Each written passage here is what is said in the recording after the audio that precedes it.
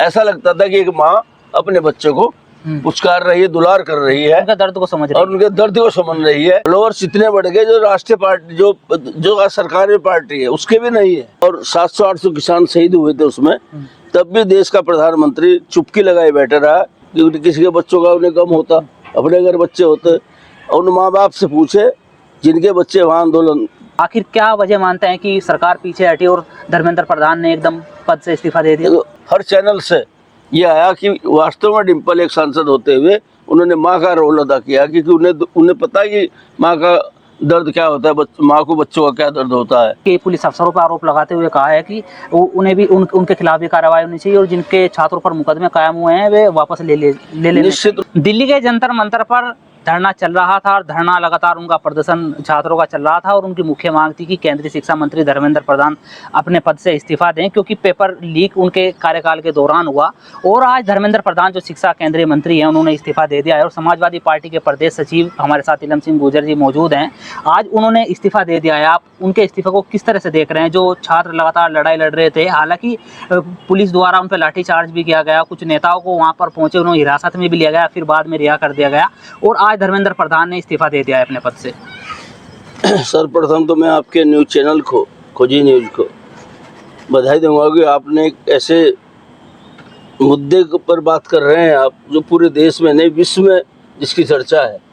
और आज पूरे देश के हिंदुस्तान के नौजवानों की, छात्रों की जीत हुई है। इस तरह धर्मेंद्र प्रधान का इस्तीफा हुआ है उससे स्पष्ट होगा कि तानाशाही की हार हुई है। इस तरह हमारे देश का प्रधानमंत्री, गृह मंत्री और शिक्षा मंत्री एक ऐसे अड़िग रवैये पर आ गए थे कि वे छात्रों की बात सुनने को तैयार ही नहीं थे। आज करीबन 35-36 दिन से ये आंदोलन चल रहा था और वो किसी पार्टी का आंदोलन नहीं था, वो केवल छात्रों से जुड़ा हुआ था। और उनकी जो पेपर लीक होते थे बार बार और उनका जो समय बर्बाद होता है, जब वो पढ़ते थे वे पढ़ाई इसलिए पढ़ते थे कि पेपर होंगे, एग्जाम होंगे हमारे और हम उसमें जो भी रिजल्ट आएगा वो एक अलग बात है, लेकिन उनकी तैयारी धरी की धरी रह जाती थी जब पता लगता था कि पेपर लीक हो गया। उसको लेकर उन्होंने जैसे ही कोर्ट में गए और वहाँ से इस तरह का शब्द निकल कर आया कि ये तो काकरोच है, मतलब इक्वल काकरोच मान लिया गया उन्हें। तो वे अपमानजनक जो शब्द था उसे देश के नौजवानों ने बहुत गंभीरता से लिया और कॉकरोच जनता पार्टी बना दी और उन्होंने अपने कॉकरोच जनता पार्टी ही बना दी और पूरे देश में छात्रों को आंदोलित कर दिया और जंतर मंतर पर आकर डेरा डाल दिया। और बड़ी महत्वपूर्ण बात यह भी है कि सोशल मीडिया अकाउंट जब कॉकरोच जनता पार्टी के नाम से बनाया गया तो काफी संख्या में एकदम फॉलोअर्स लगातार बढ़ते चले गए। फॉलोअर्स इतने बढ़ गए जो राष्ट्रीय पार्टी जो आज सरकार में पार्टी है उसके भी नहीं है, उससे ज्यादा फॉलोअर कांग्रेस पार्टी के हो गए। और फिर आंदोलन, उनको ऐसा लग रहा था कि ये नौजवान है, ये भटक जाएंगे और ये कोई ना कोई इस तरह की बात मुद्दा आ जाएगा बीच में कि ये आंदोलन टूट जाएगा। और सरकार ने तोड़ने की कोशिश भी की। वर्दी में आरएसएस के लोग पुलिस की वर्दी में डंडा लेकर बिना बैच लगे आंदोलन में कूद गए और मारपीट की, लड़कियों के साथ और लड़कों के साथ अभद्र व्यवहार तो किया ही किया, मारपीट की, उनके सिर भी फूटे, सिर तोड़े, लड़कियां बहुत घायल हुई, लड़के बहुत घायल हुए। लेकिन निर्दयी ऐसे थे कि उन्हें कोई लज्जा नहीं आई और वे जरा सा भी शोक भी प्रकट नहीं कर पाए बच्चों की साजिश दुर्घटना का। क्योंकि जिस तरह हमारे देश में पहले हो चुका लंबा आंदोलन, किसानों का आंदोलन हुआ था 11 महीने और 700-800 किसान शहीद हुए थे उसमें, तब भी देश का प्रधानमंत्री चुपकी लगाए बैठे रहा। एक दिन भी दुख नहीं उसने ये महसूस किया कि वो थोड़ा सॉरी बोल देते और 2 आंसू निकाल देते, लेकिन निर्दयी थे बिल्कुल। क्योंकि उनको किसी के बच्चे, जिस तरह आज उनको, क्योंकि बच्चे वाले तो है नहीं वे प्रधानमंत्री, क्योंकि किसी के बच्चों का उन्हें कम होता, अपने अगर बच्चे होते। और उन माँ बाप से पूछे जिनके बच्चे वहाँ आंदोलन में गए हुए थे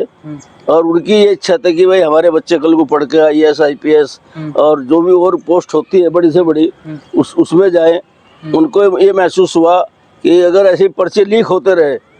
तो कभी हमारे बच्चे कामयाब नहीं होंगे, सक्सेस नहीं होंगे। इसलिए उन्होंने उनके बच्चों ने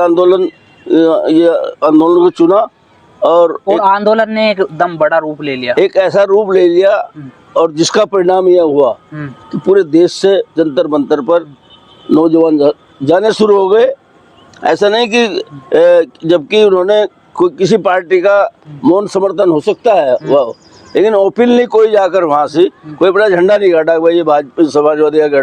झंडा या ये बसपा का है या चंद्रशेखर वाली का तो इलम है। सिंह गुर्जर किसका आंदोलन मानते हैं ये? आपने कहा किसी दल का आंदोलन नहीं है। नहीं, ये छात्रों का आंदोलन था केवल। आपने एक बात और अभी कही कि सरकार अपनी बात पर अडिंग थी लेकिन आप पीछे हट गई है, तो आखिर क्या वजह मानते हैं कि सरकार पीछे हटी और धर्मेंद्र प्रधान ने एकदम पद से इस्तीफा दे दिया? उनको ऐसा एहसास हुआ, देख चुके हैं दूसरे देशों में भी एक ऐसी स्थिति नेपाल के अंदर आई थी, एक बार ऐसी स्थिति, वहाँ भी तानाशाही सरकार थी, लेकिन वहाँ का नौजवान भी सड़कों पर आया और वहाँ का परिणाम ये हुआ कि सरकार गंवानी पड़ी, अपमानित भी होना पड़ा वहाँ की सरकार को और सरकार गंवानी पड़ी। कहीं ऐसा ना हो जाए जैसे कि नेपाल में हो चुका है, उसी भय से भयभीत होकर इन लोगों ने ये सोचा कि धर्मेंद्र प्रधान का इस्तीफा करा दिया जाए, उन्हें शिक्षा मंत्री पद से हटा दिया जाए और वो उनको हटाना पड़ा। आज यही मांग थी, मांग भी छात्रों की यही थी। और इस मांग से केवल ये समझिए आप, ये नहीं कि भाजपा वाले ये इससे पीछा छुटा लेंगे भाई हमने चलो उनकी बात मान ली, इससे नहीं, पूरे देश में और विदेश में, विदेश के मीडिया में भी ये छपा कि हिंदुस्तान के अंदर छात्रों के साथ क्या हो रहा है। वो भी शर्म थी इनके दिल में कि भाई दूसरे देशों के प्लेटफार्म पर उनके मीडिया के माध्यम से भी हिंदुस्तान में हमारे देश की बदनामी होने लगी, लेकिन उन्हें पता है बदनामी भी तुम्हारी वजह से होने लगी। वे अपनी बदनामी समझते हुए और आगे क्या परिणाम होगा इसका भविष्य में कुछ पता नहीं, ये सोचते हुए उन्होंने ये निर्णय आज लिया। हमारी पार्टी के राष्ट्रीय अध्यक्ष माननीय अखिलेश यादव जी की धर्मपत्नी डिम्पल यादव जी जो सांसद भी हैं, वे जंतर मंतर पर पहुंची और जिस तरह उन्होंने अपनी आंखों से और अपने सामने बच्चों को पिटते हुए देखा, उनके अंदर, क्योंकि वे भी माँ हैं, एक दर्द पैदा हुआ और उन्होंने इस तरह बच्चों को सहलाया, उन्हें पुचकारा, उनके जो दर्द हो रहा था उन पर मलहम लगाने की कोशिश की अपने प्यार से। ऐसा लगता था कि एक माँ अपने बच्चों को पुचकार रही है, दुलार कर रही है, उनका दर्द को समझ रही है और उनके दर्द को समझ रही है, और उन्होंने उसको पूरा किया, जिससे पूरे राष्ट्रीय स्तर पर डिम्पल जी का आपने देखा होगा हर चैनल से ये आया कि वास्तव में डिम्पल एक सांसद होते हुए उन्होंने माँ का रोल अदा किया, क्योंकि उन्हें पता है कि माँ का दर्द क्या होता है, माँ को बच्चों का क्या दर्द होता है। ये बिना बच्चे वाले क्या दर्द समझेंगे माँ का, क्योंकि तानाशाही प्रधानमंत्री है, वो इन बातों को समझता नहीं। लेकिन हमारी सांसद, इस चैनल के माध्यम से बधाई दूंगा कि डिम्पल एमपी जो हमारी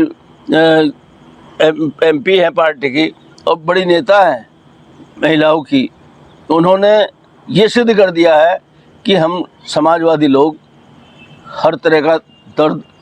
को सहन भी करते हैं और दूसरे के दर्द को भी अपना दर्द मानते हैं। और उसी हिसाब से डिम्पल यादव जी ने वहाँ से पूरी तरह से बच्चों को बहुत प्यार से, और उन्होंने संसद के अंदर भी फिर इस बात को उठाया कि बच्चों के साथ क्या हुआ। अखिलेश यादव जी भी गए, हमारे राष्ट्रीय अध्यक्ष जी, उन लोगों ने भी पार्लियामेंट के अंदर भी बच्चों के दर्द को उठाया कि, और सबने एक ही मांग की कि धर्मेंद्र प्रधान का रिजाइन होना चाहिए, उससे पहले कोई बात नहीं होगी। संसद नहीं चलने दी, आज तक संसद भी नहीं चलने दी उन्होंने, और उनका यही रहा कि जब तक धर्मेंद्र प्रधान का इस्तीफा नहीं होगा तब तक संसद नहीं चलेगा। तो अभी जी दीप के हैं, वो कह रहे हैं कि अभी धर्मेंद्र प्रधान ने भले ही इस्तीफा दे दिया, लेकिन अभी दो मांगे उन्होंने कही कि जिन बच्चों ने सुसाइड किया उनको 1 करोड़ रुपए, और एक मांग और उन्हें कि उनके 1 करोड़ रुपए उनके परिवार को मुआवजा दिया जाना चाहिए। मेरी भी मांग है ये आपके माध्यम से, आपके चैनल के माध्यम से, कि जो बच्चे वहाँ पर, मैं कहूँगा कि